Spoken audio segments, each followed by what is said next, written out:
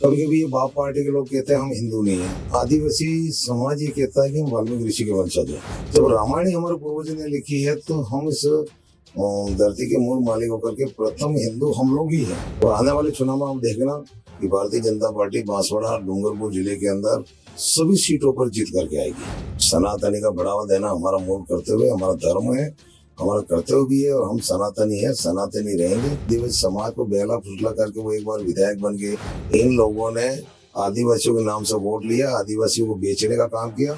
हमने देखा है भारत आदिवासी पार्टी के साथ में मुस्लिम और क्रिश्चियन लोग मिले हुए हैं और ये कभी कतई भी ये हिंदू और सनातन धर्म को स्वीकार नहीं करेंगे। एक वीडियो आपका वायरल होता आपके क्षेत्र का कि डीएसपी को आपको पैर छूने पड़े। हमारे साथ डूंगरपुर बांसवाड़ा के गढ़ी से विधायक कैलाश चंद मीणा मौजूद हैं, उनसे बातचीत करेंगे क्योंकि आदिवासी इलाके से आते हैं और धर्मांतरण का बिल इस विधानसभा सत्र में पास हुआ है और आदिवासी इलाके की चर्चा इस विधानसभा में खूब रही है क्योंकि ये बिल पास हुआ था और तमाम मुद्दे होंगे जिन पर बातचीत करेंगे। बातचीत करने के लिए धन्यवाद सर। ऐसा है कि ये जो धर्मांतरण का जो बिल लाया गया है ये बहुत सोच समझ करके लाया गया है और हमारी सरकार ने इस बिल को ला करके आदिवासियों को जो धर्मांतरण में परिवर्तन किया जाता है, क्रिश्चियन बनाया जाता है, इसके ऊपर रोक लगाने का बहुत बड़ा रुकावट होगी। आप जानते हैं कि हमारा जो बांसवाड़ा डूंगरपुर मध्य प्रदेश की सीमा, गुजरात की सीमा के मध्य में गोविंद गुरु जो थे, इन्होंने 17 नवंबर 1913 को मानगढ़ की तलहटी पर एक बहुत बड़ा यज्ञ किया था और उसमें अंग्रेजों ने उसके ऊपर तोपें चलाई और 1500 से अधिक आदिवासियों का नरसंहार हुआ था। अगर ये गोविंद गुरु नहीं होते तो ये कह सकते हैं कि बांसवाड़ा डूंगरपुर संपूर्ण इलाका क्रिश्चियन बन जाता, लेकिन गोविंद गुरु जी के नेतृत्व में भक्ति आंदोलन चला और आदिवासी एक हिंदुत्व के रूप में मजबूती से आज भी उस क्षेत्र के अंदर उनको मान करके चल रहा है। और धर्मांतरण का जो बिल आया है ये क्या है कि हमारे यहाँ पर जो क्रिश्चियन कॉम्बिनेशन है, ये लोग क्या करते हैं, आदिवासियों को बहला फुसला करके, लालच दे करके, पैसे दे करके उनको जादू टोना टोटके के नाम से उनको बिगला करके धर्मांतरण किया जाता है और क्रिश्चियन बनाया जाता है। उसके ऊपर ये रोक लगने का बहुत बड़ा महत्वपूर्ण कदम सरकार ने उठाया है। और हमारे यहाँ पर जैसे कुशलगढ़ है, गांगड़ तलाई इस क्षेत्र में आदिवासियों ने क्रिश्चियन धर्म अपनाया है, लेकिन धीरे धीरे हम लोग प्रयास कर रहे हैं कि उनको भी वापस पुनः अपने मूल धर्मों में लाने का हम लोग काम करेंगे। कभी कभी ये बाप पार्टी के लोग कहते हैं हम हिंदू नहीं है, लेकिन आदिवासी समाज ये कहता है कि हम वाल्मीकि ऋषि के वंशज हैं। और भगवान राम के पैदा होने के 1000 साल पहले वाल्मीकि ऋषि ने रामायण लिखी थी और वो रामायण लिखी थी, उसमें ये देखा गया था कि उसके बाद भगवान राम पैदा होते हैं। सबरी के बेर भगवान राम ने खाया था, वो जात की आदिवासी थी। वाल्मीकि ऋषि ने जब रामायण लिखी भगवान राम के पैदा होने के पहले। और हिंदू धर्म का प्रमुख ग्रंथ है महाभारत और रामायण। जब रामायण ही हमारे पूर्वजों ने लिखी है तो हम इस धरती के मूल मालिक होकर के प्रथम हिंदू हम लोग ही हैं। और ये इस तरह से अपने राजनीतिक रोटियां सेकने के नाम पर ये हम हिंदू नहीं है या हम ये नहीं है वो नहीं, इस तरह की बातें करके उन्होंने एक बार सत्ता में आने का काम जरूर किया उन्होंने। लेकिन आने वाले समय में आदिवासी समाज, आपको पता है कि पहले गुजरात में इसका जबरदस्त वहाँ से बीटीपी के नाम से शुरुआत हुई थी और धीरे धीरे डूंगरपुर से बांसवाड़ा में प्रवेश हुई। लेकिन आपको पता है पिछले विधानसभा चुनाव में गुजरात में सारे ट्राइबल की सीटें भारतीय जनता पार्टी जीती है और आने वाले चुनाव में आप देखना कि भारतीय जनता पार्टी बांसवाड़ा डूंगरपुर जिले के अंदर सभी सीटों पर जीत करके आएगी। अब भारतीय आदिवासी पार्टी की आप बात करें, भारतीय आदिवासी पार्टी के विधायक ये कह रहे हैं, उनके राजकुमार जो सांसद है वो ये कह रहे हैं कि हमारे जो भी हमारे हिंदू कोड में उनको नहीं मानते, हमारे जो धार्मिक स्थानों पर कब्जा किया जा रहा है, सनातन का ये बढ़ावा दे रहे हैं, इस तरह के आरोप लगाते हैं। देखो ऐसा है, हम मूल सनातनी हैं, सनातनी का बढ़ावा देना हमारा मूल कर्तव्य, हमारा धर्म है, हमारा कर्तव्य भी है और हम सनातनी हैं, सनातनी रहेंगे। और राजकुमार जी रोज जिस तरह से ये बातें जो कर रहे हैं, आदिवासी समाज को बहला फुसला करके वो एक बार विधायक बन गए, एक बार वो सांसद बन गए, लेकिन इनकी परिस्थिति आप जानते हो कि इन लोगों ने आदिवासियों को आंखों में धूल झोंक करके वोट ले लिया। अभी आपको पता है कि बागीदरा विधानसभा क्षेत्र से जो जयकृष्ण जी रोज एक इतिहास में पहली बार किसी मौजूदा विधायक को रिश्वत लेके आरोप पकड़ा था। ईमानदारी की बात वो करते हैं, लेकिन रिश्वत के आरोप भी उन पर लगे। ऐसा है कि मैं ये कह रहा हूँ कि जब एक आदमी बागीदरा विधानसभा से उठ करके जयपुर में आता है और करौली के प्रश्न लगा करके 3 तारीख को वो शपथ लेते हैं और 5 तारीख को विधानसभा में करौली जिले का वो प्रश्न लगा करके और वो प्रश्न हटाने के नाम से सौदाबाजी करते हैं। मैं ये कह रहा हूँ कि मैं बांसवाड़ा जिले का प्रश्न मैं ये दूसरी बार विधायक हूँ, लेकिन हमने बांसवाड़ा जिले को छोड़ करके हम डूंगरपुर में भी नहीं गए, चित्तौड़, प्रतापगढ़, क्योंकि हमारा मूल काम है हमारे जिले का विकास करना। इनको करौली से कोई लेना देना नहीं था, लेकिन इन्होंने अपने पैसों के लिए और सौदेबाजी को लेकर के इन्होंने प्रश्न लगा करके 2.5 करोड़ का सौदा किया और 20 लाख रिश्वत लेते हुए वो रंगों हाथ पकड़े गए। और उससे इन लोगों ने, चाहे राजकुमार राउत की पार्टी हो, भारत आदिवासी पार्टी हो, इन लोगों ने आदिवासियों के नाम से वोट लिया, आदिवासियों को बेचने का काम किया। राजस्थान की जो विधानसभा है उसको शर्मसार करने का काम इन लोगों के द्वारा हुआ है। इसको जनता माफ करने वाली नहीं है, कतई बर्दाश्त नहीं करेगी। जयकृष्ण पटेल भी विधानसभा में पहुंचे थे, जमानत पर बाहर आए, वो भी इस धर्मांतरण का विरोध कर रहे थे। नहीं, वो विरोध कर ही नहीं पाए। वो तो जरूर आए थे, विधानसभा में आए, और जब इनको बोलने का मौका आया, 2 बार बोलने का मौका आया, हम विधानसभा में उनको देख रहे थे वो किस तरह से बोलेंगे, लेकिन जब अपना नंबर आता है तो विधानसभा छोड़ करके ये बाहर निकल गए, वो एक शब्द नहीं बोल पाए। वो बोले इन्होंने प्रश्न लगाया होगा, लेकिन वो बोल नहीं पाए, वो आ नहीं पाए वहाँ पे। ट्राइबल के लिए जो फंड मिलता है उनका आरोप लगता है कि सरकार बीजेपी की वहाँ पे काम नहीं कर पा रही। आप बीजेपी के विधायक है, क्या लगता है कि काम हो रहा है? ऐसा है कि हमारे यहाँ तो मैं बता रहा हूँ कि अभी बांसवाड़ा, डूंगरपुर, हमारा अभी पुल स्वीकृत किया, हमारे भजन लाल जी की डबल इंजन की सरकार है। नहीं करते। मेरे यहाँ 150 करोड़ के काम इन्होंने इस बजट में हमको दिए हैं, बागीदरा विधानसभा क्षेत्र में भी दिए हैं। और आपको बताएं कि बागीदरा विधानसभा क्षेत्र जो आनंदपुरी से चिखली, जो डूंगरपुर का क्षेत्र है, वहाँ 125 करोड़ का हैंगिंग पुल बनाने का काम वसुंधरा जी ने स्वीकृत किया था और भजन लाल जी की सरकार ने इसको पूरा किया है। आज वो उद्घाटन का इंतजार कर रहा है। इसके ऊपर एक गलियाकोट का पुल बना है, इसके बीच में अगरपुरा पुल है, और इसके बीच में बोरी बिलोदा डूंगरपुर के बीच में भी अभी हम पुल का हमने स्वीकृति प्रदान की है। और सड़कों का हमारे इतना काम हुआ है। देखो, एक बात ये है कि वो खुद ये चाहते हैं कि हमारे कहने से पैसा खर्च हो, लेकिन ये संभव नहीं है। सरकार हमारी है, सरकार हमारी आराम से पैसे खर्च कर रही है।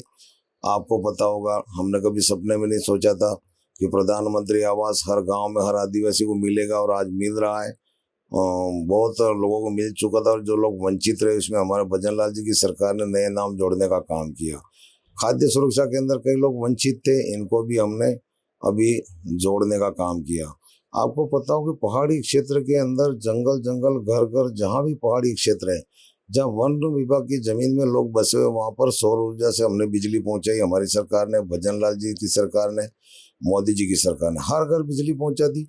आपको पता होगा कि हर घर नल से जल की योजना, प्रत्येक बिखरी बस्ती में एक मकान यहाँ पर, दूसरा मकान 500 मीटर दूर, तीसरा 1 किलोमीटर दूर, लेकिन उस घर तक भी हमारे मोदी जी की सरकार ने नल लाइन पहुंचा करके आदिवासी समाज को पानी देने का काम किया है, बिजली देने का काम किया, और जिससे आदिवासी वहां पर आज जो गुजरात या मध्य प्रदेश में जो पलायन हो रहा था वो रुका है। और आज लोग आसानी से अपनी जमीन में नदी नालों से बिजली से पानी लेकर के खेती बाड़ी कर रहे हैं और आराम से अपना जीवन जी रहे हैं। गुजरात से लगता हुआ इलाका है, भारतीय आदिवासी पार्टी पर ये बात भी आती है कि फंडिंग का आरोप लगते हैं कि उनकी फंडिंग होती है, क्या सच्चाई है इसमें? देखो, ऐसा है, हमने देखा है भारत आदिवासी पार्टी के साथ में मुस्लिम और क्रिश्चियन लोग मिले हुए हैं, और ये कभी कतई भी ये हिंदू और सनातन धर्म को स्वीकार नहीं करेंगे। हमने देखा मानगढ़ की धरती पे, आपको पता है कि वहां पर बलिदान अगर किसी का हुआ तो आदिवासियों को हुआ है, आदिवासियों ने अपनी शहादत दी है। और जब भारत आदिवासी वहां पर अगर किसी तरह की सभा करता है और उसके अंदर मुस्लिम और क्रिश्चियन, जो क्रिश्चियन लोग हमारे गोविंद गुरु की धोनी पे जाकर झुकते नहीं है, मुस्लिम लोग गोविंद गुरु की धोनी पे जाकर के झुकते नहीं है, तिलक लगाते नहीं। हमारे वहाँ सबसे पहले गोविंद गुरु की धोनी पे और गोविंद गुरु के मंदिर में जाने के पहले तिलक लगाया जाता है। तिलक लगा करके हम लोग दर्शन करते हैं, और उन लोगों को सम्मिलित करके जहाँ वो सभाएं करते हैं, मीटिंग करते हैं, और भील प्रदेश की मांग रखते हैं। तो ये एक आदिवासी समाज को भ्रमित करने का काम है। और कुछ जो ये मुस्लिम और क्रिश्चियन लोग जिनके साथ मिलके काम कर रहे हैं उसको आदिवासी समाज आराम से समझ चुका है, क्योंकि ये मांग नहीं भरना, सिंदूर नहीं लगा भरना, तिलक नहीं लगाना, अपने ये मंगलसूत्र नहीं पहनना, इस तरह की जो बातें कर रहे हैं। लेकिन ये जो नेता भाषण देते हैं, इनकी पत्नियां मांग भी भर रही है, सिंदूर भी भर रही है, तिलक भी लगा रही है, मंगलसूत्र भी पहन रही है, हार भी पहन रही है, सब कुछ कर रही है।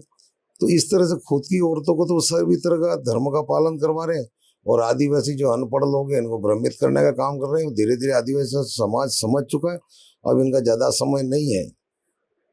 ये धौलाघर की बात कर रहे थे, हम बात करते हैं उनसे कि धौलाघर पर कब्जा करने की बात कह रहे थे कि कब्जा कर रहे हैं उस पर आकर जंगल और जमीन पर।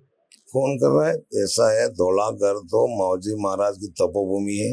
वहां पर पांडवों ने भी अपनी तपस्या की है। मावजी महाराज ने जो भविष्यवाणी लिखी है, वो भविष्यवाणी के जो चौपड़े लिखे हैं, वो मावजी महाराज ने बेणेश्वर धाम से हट करके जब अंग्रेजों ने और मुगलों ने जब इनको प्रताड़ना की, तो वो धौलाघर में जा करके इन्होंने वहाँ हमारे इस देश का इतिहास इन्होंने लिखा, इनकी भविष्यवाणियां हैं। और इसके बाद पहली बार वहाँ प्रकाश नाथ नाम के जो महाराज साधु संत आए हुए, जिन्होंने 2019 में वहाँ पांव रखा। इस पहाड़ पे जाने की जगह नहीं थी, वहाँ पर कुछ भी नहीं था। लेकिन आज अगर हम वहाँ जा करके देखते हैं तो प्रकाश नाथ जी महाराज सनातनी और नाथ संप्रदाय से होकर के इन्होंने जो उस एरिया का जो डेवलप किया है, उस एरिया में इन्होंने जिस तरह से जो वहाँ एक स्वर्ग बनाया है, और पहाड़ी पे चढ़ने की जगह नहीं थी, आधे पहाड़ी तक तो उन्होंने काट करके सीसी सड़क बना दी, और ऊपर भी कच्ची सड़क बना करके आज लोग आसानी से धौलाघर पे जाते हैं, दर्शन करते हैं, आराम से पिकनिक मनाते हैं, और वहाँ पर मेला भी लगता है। इसलिए ऐसा कोई नहीं, वहाँ कब्जा करने जैसी बात नहीं है। वहाँ सनातनी संस्कृति का एक बहुत बड़ा आश्रम बन चुका है, और ये तीर्थ स्थल बन चुका है। जो प्रकाश नाथ जी महाराज ने वहाँ जो कुछ भी मेहनत की है, इतिहास में आज दिन तक उस धरती को कोई आबाद नहीं कर सकता था। अगर आप जाइए तो एक बार जरूर आप वहाँ जाकर के अपने चैनल से आप दिखवाइए, तो आप भी सोचेंगे कि वास्तव में इस धरती को, जो वहाँ पर उजाड़ धरती थी, वहाँ कुछ भी नहीं था, वहाँ वृक्ष भी नहीं था, आज प्रत्येक तरह के पेड़ पौधे, बाग बगीचे, गाय गौशाला, यज्ञ हवन यज्ञ। और अभी इन्होंने इतिहास के अंदर शायद राजस्थान में पहली बार 45 दिन का यज्ञ किसी संत ने किया है। ये इतिहास में पहली बार हुआ 45, और निर्विघ्न उसको पूरा किया गया है।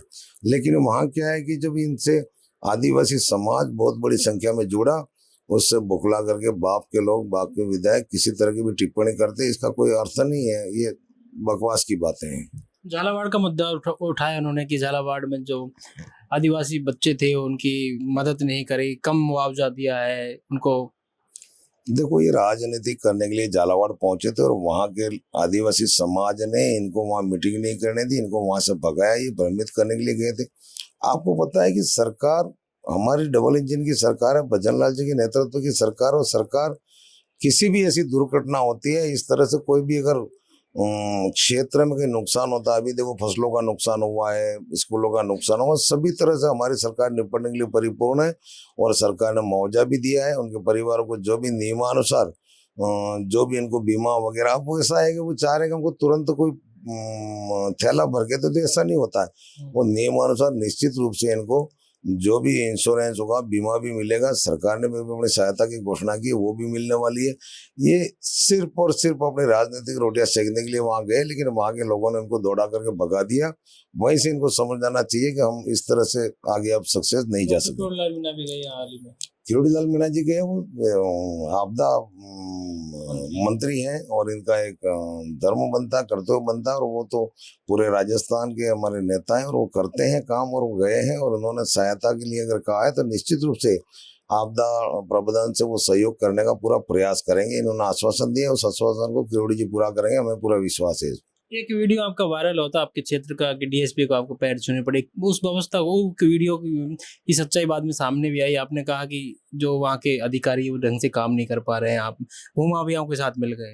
ऐसा था कि हम स्पष्ट करने के लिए नहीं गए, हम लोग गए थे। वहाँ का जो सीआई था वो भ्रष्ट था, चोर था, भूमि माफियाओं से पैसा ले रहा था, बजरी माफियाओं से पैसा ले रहा था, और दलाली के नाम से काम करता था। वो मार्केट में कभी जाता नहीं था। बहुत सारे, मैं वहां से निकल रहा था, बहुत सारे लोगों की उन्होंने कार्रवाई नहीं की। भूमाफिया को वैसे मूल जो जमीन वालों को डरा धमका कर बंद कर रखा था। मैं जब वहां गया तो वहां पर 4-5 केसेस ऐसे थे जिनकी रिपोर्ट दर्ज करनी थी। मैंने खुद ने फोन से अवगत कराया था कि भाई आप मुकदमा दर्ज कीजिए।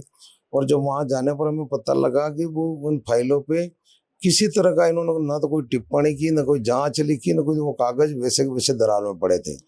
और जब वहां जाते हैं तो डिप्टी साहब बैठे थे। डिप्टी साहब को मैंने पूछा कि इन रिपोर्टों का क्या स्थिति है, आप मुझे कागज दिखाए। तो वो डिप्टी ने ले करके ये टेबल के नीचे ये छुपा के रख रहे थे। तो मैं उसको झड़पने के लिए गया था।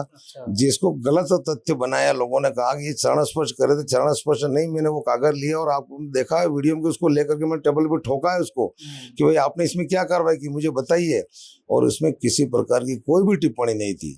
और उसकी हमने मुख्यमंत्री जी चर्चा करके वहाँ एसपी भी हटा, वहाँ सीआई भी हटा, और सभी अधिकारियों को हटाने के बाद यहाँ से हमारे मुख्यमंत्री जी ने मुख्यालय से जांच अधिकारी भेजा। और अभी आज बांसवाड़ा में इन जो ऐसे भ्रष्ट अधिकारी हैं उनकी जांच चल रही है। और बहुत सारे अधिकारी इसमें सस्पेंड भी अधिकारी काम कर रहे हैं, अब काम कर रहे हैं, अच्छा काम। विपक्ष भी कभी कभी आरोप लगाता है कि अधिकारी सुन नहीं रहे हैं। नहीं, काम कर रहे हैं, अच्छा काम चल रहा है। अभी हमें कोई दिक्कत नहीं। अब हमारे यहाँ तहसीलदार है, एसडीओ ठीक है। जो भी अधिकारी भ्रष्ट थे उनको सरकार ने हमारे कहने पे हटा दिया है। और जो नए अधिकारी है अच्छे काम कर रहे हैं, लोग उनसे खुश है और किसी प्रकार की कोई तकलीफ नहीं है वहाँ पर। विपक्ष लास्ट सवाल यह है कि विपक्ष जिस तरह से विधानसभा में हंगामा रहा, मानसून सत्र और चल सकता था, लेकिन जब हंगामा हुआ तो कहीं ना कहीं मानसून सत्र जो 18 घंटे 40 मिनट ही चल पाया इन 10 दिनों में। और कल मुख्यमंत्री जी भी बोले, उस वक्त आप भी वहां थे तो चर्चाएं चल रही थी। मुख्यमंत्री जी ने भी बोला और मेवात इलाके का नाम लेकर भी मुख्यमंत्री जी ने कहा कि वहाँ धर्मांतरण होता, धर्मांतरण पर नहीं बोलना चाहते। जासूसी की बात वो कर रहे थे कि टोपी पहन के आए थे, उन्होंने कहा जासूसी, आज राज्यपाल से भी मिले और कहा कि जासूसी हो रही है कैमरों से। इस पर आप क्या? देखो, ऐसे कैमरों से कोई किसी की जासूसी होती नहीं है। पिछली बार भी आपको पता है कि जो बजट सत्र था उसमें कांग्रेस के नेताओं ने वेल में आकर के अध्यक्ष जी के जो बना हुआ है इसके ऊपर चढ़ करके पकड़ने का प्रयास किया, जो सदन की गरिमा को गिराने का काम किया। तो इस बात को लेकर के हमारे 2 कैमरे थे, 2 की जगह 4 कैमरे, 4 की जगह 6 कैमरे लग गए। कैमरे तो आजकल हर जगह जरूरी होते हैं और लगे हैं, तो इसमें कोई हमें आपत्ति नहीं है।